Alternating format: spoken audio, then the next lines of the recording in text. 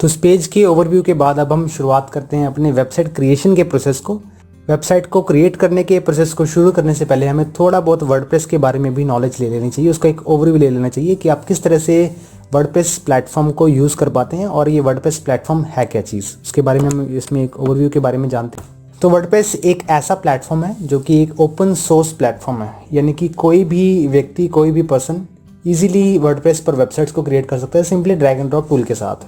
आपने कई बार ये भी सुना होगा कि आप PHP से वेबसाइट डेवलप करवाएं, .NET फ्रेमवर्क से या .ASAP फ्रेमवर्क से इसे डेवलप करवाएं। तो ये अलग अलग प्लेटफॉर्म्स है। PHP एक सर्वर साइड स्क्रिप्टिंग लैंग्वेज के तौर पर हम वेबसाइट को क्रिएट कर पाते हैं, जो कि आज भी वेबसाइट को बनाने के प्रोसेस में यूज़फुल है। वर्डप्रेस जो है वो वेबसाइट क्रिएशन में सबसे एडवांस प्लेटफॉर्म है। इसके अंदर हम सिंपली कुछ टूल्स एंड कुछ फीचर से एक वेबसाइट को क्रिएट कर पाते हैं। इसमें अलग अलग ऐसे कई सारे ऑप्शंस भी हैं जिन्हें समझने पर आपको ये काफ़ी इजीली वेबसाइट बनाने में हेल्प करता है। अगर आप वर्डप्रेस को डिटेल में जानना चाहते हैं तो आपको इसके लिए हमारे वर्डप्रेस के पैक की ओर परफॉर्म करना होगा, आप प्रोसीड करना होगा, ताकि आप ये सीख पाएँ कि वर्डप्रेस क्या चीज़ है और इसे किस तरह से यूज़ में लाया जा सकता है। अभी जस्ट ओवरव्यू के तौर पर मैं आपको बता देता हूँ कि मैंने अभी अपनी डायरेक्टरी में, वर्डप्रेस की डायरेक्टरी में एक वेबसाइट को इंस्टॉल किया है। वेबसाइट को इंस्टॉल करने के बाद आपका जो डैशबोर्ड ओपन होता है, यूज़र नेम पासवर्ड फिल करने के बाद जब आप लॉगिन करते हैं तो आपका जो डैशबोर्ड ओपन होता है वो कुछ इस तरह से होता है, आप स्क्रीन पर देख सकते हैं। तो ये आपका इंटरफेस रहता है। इस इंटरफेस के अंदर आपको लेफ्ट साइड में पैनल देखने को मिलता है और इस पैनल के अंदर काफ़ी सारे ऐसे ऑप्शंस हैं जिन्हें आप स्टडी करके, चेकआउट करके एक वेबसाइट को क्रिएट करने के प्रोसेस को और उसके फीचर्स को बैकएंड से मैनेज कर सकते हैं। आप यहाँ पर एक टॉप बार भी देख रहे हैं। टॉप बार में मेरे पास वर्डप्रेस से रिलेटेड यहाँ पर सेटिंग्स हैं। यहाँ पर मेरे, अगर मैं अपनी वेबसाइट को लाइव देखना चाहता हूँ तो वो किस तरह की दिखती है उसे देख सकता हूँ। कुछ अपडेट्स का इसमें नोटिफिकेशन है, कुछ कमेंट्स, या अगर आप कोई भी नई चीज़ क्रिएट करना चाहते हैं जैसे कि पोस्ट, मीडिया, पेज, टेम्पलेट और यूज़र। वर्डप्रेस आपको एक फैसिलिटी और भी देता है कि अगर आपके ऑर्गेनाइजेशन में या आपके ऑफिस में एक से ज़्यादा यूज़र्स एक वेबसाइट को मैनेज कर रहे हैं तो वर्डप्रेस ये फैसिलिटी देता है आपको कि आप उन सभी यूज़र्स को अलग अलग रोल्स दे सकते हो। यानी कि अगर आप एक मैनेजर और मैनेजर के अंदर कुछ एम्प्लॉयज़ लगे हुए हैं तो आप उन एम्प्लॉयज़ को भी अपनी वेबसाइट का एक्सेस दे सकते हैं, ताकि वो आपके वेबसाइट में कुछ माइनर चेंजेस करना चाहते हैं तो वो फ्रीली दे सकते हैं और उनके लिए आप एक अलग यूज़र नेम पासवर्ड भी प्रोवाइड करवा सकते हैं। ये वर्डप्रेस की एक फैसिलिटी है। इस फैसिलिटी को और भी डिटेल में समझने के लिए आपको हमारे वर्डप्रेस के कोर्स की तरफ एनरोल करना होगा और आप उसमें और भी डिटेल में वर्डप्रेस के बारे में जान पाएंगे। तो वर्डप्रेस के अंदर आप ऐसी कई सारी नई नई चीज़ें क्रिएट कर सकते हैं।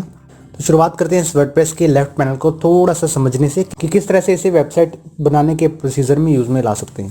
मेरे पास यहाँ पर वर्डप्रेस का डैशबोर्ड अवेलेबल है। डैशबोर्ड को अगर आप ओपन करना चाहते हैं सिंपली डैशबोर्ड पर क्लिक करें, अदरवाइज़ आप सिंपली यहाँ पर होम पर भी क्लिक करके डैशबोर्ड को ओपन कर सकते हैं। सेकंड ऑप्शन में आप यहाँ पर अपडेट्स चेकआउट कर सकते हैं कि अगर आपके पास थीम या प्लगइन से रिलेटेड कुछ अपडेट्स आते हैं या कोई भी कमेंट आता है तो आप उसे यहाँ से चेकआउट कर सकते हैं। किसी भी पोस्ट को क्रिएट करने के लिए, नई सिरे से क्रिएट करने के लिए आपको पोस्ट पर होवर करना है एंड देन ऐड न्यू पर होवर करना है।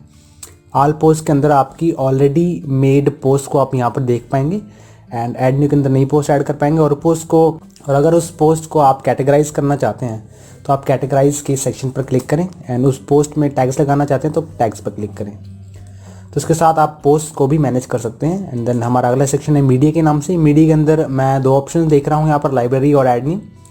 लाइब्रेरी के अंदर मेरे पास वो इमेजेस दिखने को मिलती हैं जो मेरे पास वर्डप्रेस डायरेक्टरी में अपलोडेड हैं और ऐड न्यू से मैं अपनी नई मीडिया को अपलोड कर सकता हूँ।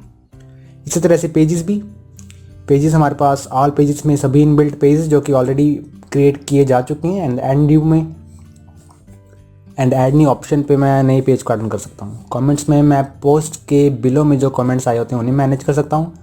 कमेंट्स के बाद अब आपने देखा होगा यहाँ पर कॉन्टैक्ट का ऑप्शन मेरे पास यहाँ पर प्लगइन इंस्टॉल करने के बाद विजिबल हुआ है। उस प्लगइन के बारे में हम आगे के कुछ वीडियोस में देखने वाले हैं कि हम कितने नंबर ऑफ प्लगइन्स को इंस्टॉल करके रखना चाहिए अपनी वर्डप्रेस की डायरेक्टरी में, ताकि आपकी वेबसाइट सिक्योर भी रहे और अट्रैक्टिवली फीचर वाइज भी काम कर सके। इसके बाद एलिमेंटर, ये भी मेरे पास प्लगइन का ऑप्शन है, इसे भी अगली वीडियो में चेकआउट करने वाले हैं।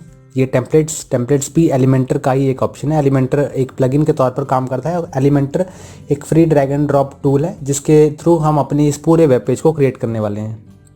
एसेंशियल एड-ऑन्स जो कि एलिमेंटर के फीचर्स को बढ़ाने का काम करता है, ये भी एक प्लगइन है, एक प्लगइन का ही ऑप्शन है।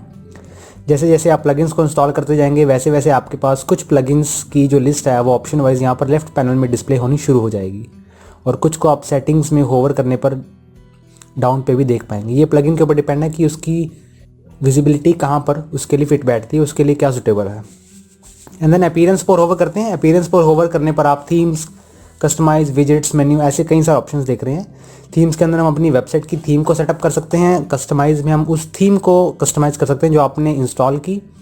और विजेट्स के अंदर हम अपने फुटर विजेट्स या साइड बार विजेट्स को ऐड ऑन कर सकते हैं। इसके बाद अगला ऑप्शन मेन्यू का है। मेन्यू में आप प्राइमरी मेन्यू, टॉप बार मेन्यू, फुटर मेन्यू, थीम के हिसाब से ये मेन्यूज़ की लोकेशन भी अलग अलग हो सकती है। एंड देन इसके बाद है हेडर। हेडर के अंदर हम अपनी वेबसाइट के हेडर सेक्शन में कुछ चेंजेस करना चाहते हैं तो यहाँ कर सकते हैं। ये थीम बेस्ड एक ऑप्शन हो सकता है।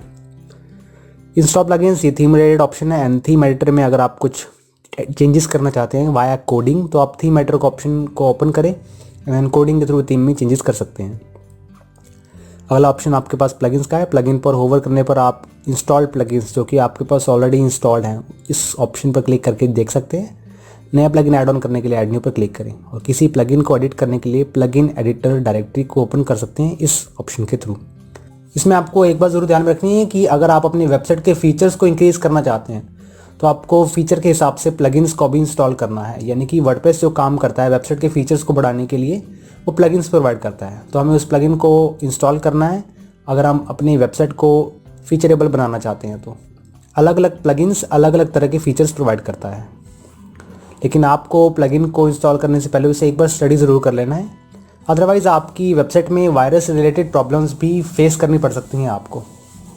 उसके बाद यूज़र सेक्शन, जैसा कि मैंने आपको बताया कि अलग अलग तरह के यूज़र्स प्रोवाइड करता है वर्डप्रेस। ऑल यूज़र्स में हम सभी यूज़र्स को देख पाएंगे और ऐड न्यू के अंदर नया यूज़र ऐड कर पाएंगे।